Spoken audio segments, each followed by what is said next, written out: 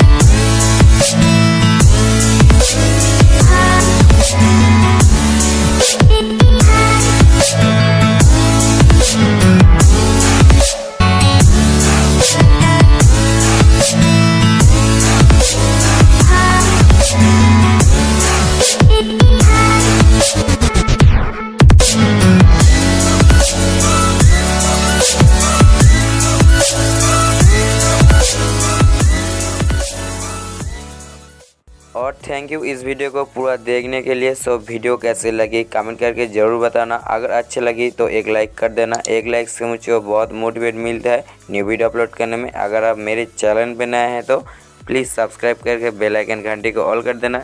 ऐसे एडिटिंग से related video में रेगुलर अपलोड देता रहता हूँ।